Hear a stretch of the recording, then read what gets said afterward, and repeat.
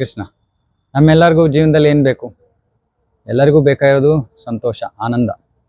ಈ ಆನಂದದ ಮಾರ್ಗವನ್ನು ಭಗವಾನ್ ಕೃಷ್ಣ ಭಗವದ್ಗೀತೆಯಲ್ಲಿ ಬಹಳ ಸುಲಭವಾಗಿ ಅರ್ಥ ಆಗೋ ರೀತಿಯಲ್ಲಿ ಪ್ರಸ್ತುತಪಡಿಸಿದ್ದಾನೆ.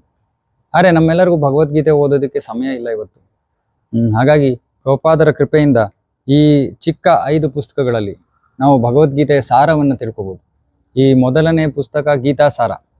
ಇದು ಭಗವದ್ಗೀತೆಯ ಪರಿಚಯದಲ್ಲಿ ಇರುವಂತಹ ವಿಷಯ. ಇದನ್ನು ಒಂದು ಚಿಕ್ಕ ಪುಸ್ತಕದಲ್ಲಿ ಪ್ರಸ್ತುತಪಡಿಸಲಾಗಿದೆ. ಇದೇ ವಿಷಯ, ಈ ಪುಸ್ತಕದಲ್ಲಿರೋ ವಿಷಯವನ್ನ ಈ 4 ಪುಟ್ಟ ಪುಸ್ತಕಗಳಲ್ಲಿ ಅದನ್ನ ಸವಿಸ್ತಾರವಾಗಿ ವಿವರಿಸಲಾಗಿದೆ. ಮೊದಲನೇದು ನಾನು ಯಾರು, ನಾವು ಯಾರು, ಎಲ್ಲಿಂದ ಬಂದಿದ್ದೀವಿ, ಈ ವಿಷಯಗಳು. ಎರಡನೇದು ನಮ್ಮ ದೇಹ ಮತ್ತು ಮನಸ್ಸು, ನಮಗೆ ಬಹಳ ತೊಂದರೆ ಕೊಡ್ತಾ ಇರುವಂತಹ ಮನಸ್ಸಿನ ಬಗ್ಗೆ ಇಲ್ಲಿ ತಿಳ್ಕೊತೀವಿ. ಮನಸ್ಸನ್ನು ನಿಯಂತ್ರಿಸೋ ವಿಧಾನದ ಬಗ್ಗೆ ತಿಳ್ಕೊತೀವಿ.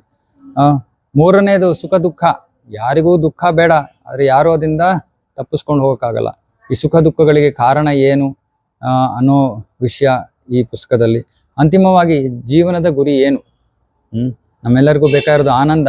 ಕೃಷ್ಣನನ್ನ ಸಚ್ಚಿದಾನಂದ ವಿಗ್ರಹ ಅಂತ ಕರೀತಾರೆ. ಅವನು ಆನಂದದ ಸಾಗರ. ಆನಂದದ ಸಾಗರದ ಸಂಪರ್ಕಕ್ಕೆ ನಾವು ಬಂದ ಕೂಡಲೇ ನಾವು ಕೂಡ ಆನಂದದ ಭಾಗಿ ಆಗ್ತೀವಿ. ಹಾಗಾಗಿ ಈ ಚಿಕ್ಕ ಪುಸ್ತಕಗಳು, ಇದನ್ನ ನೀವು ಓದಕ್ಕೆ ಶುರು ಮಾಡಿದ್ರೆ ನೀವು ಒಂದೊಂದು ಪುಸ್ತಕನ ಅರ್ಧ ಗಂಟೆಯಲ್ಲಿ ಓದಿ ಮುಗಿಸ್ಬಿಡ್ಬೋದು. ಅದ್ಭುತವಾದ ವಿಷಯ, ಎಲ್ಲರಿಗೂ ಬೇಕಾಗಿರುವಂಥದ್ದು.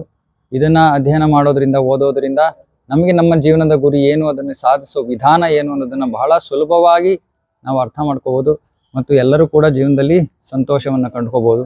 ಹಾಗಾಗಿ ನೀವೆಲ್ಲರೂ ಬನ್ನಿ, ನಮ್ಮ ಇಸ್ಕಾನ್ ಹುಳಿಮಾವು ಕೇಂದ್ರದಲ್ಲಿ ಈ ಪುಸ್ತಕಗಳು ಲಭ್ಯವಿದೆ. ಬಂದು ಈ ಪುಸ್ತಕಗಳನ್ನು ತೆಗೆದುಕೊಂಡು ನಿಮ್ಮ ಜೀವನವನ್ನು ಬದಲಾಯಿಸ್ಕೊಳ್ಳಿ, ಜೀವನದಲ್ಲಿ ಆನಂದವನ್ನು ಕಂಡುಕೊಳ್ಳಿ ಅಂತ ಎಲ್ಲರಲ್ಲೂ ಪ್ರಾರ್ಥಿಸ್ತೀವಿ. ಹರೇ ಕೃಷ್ಣ.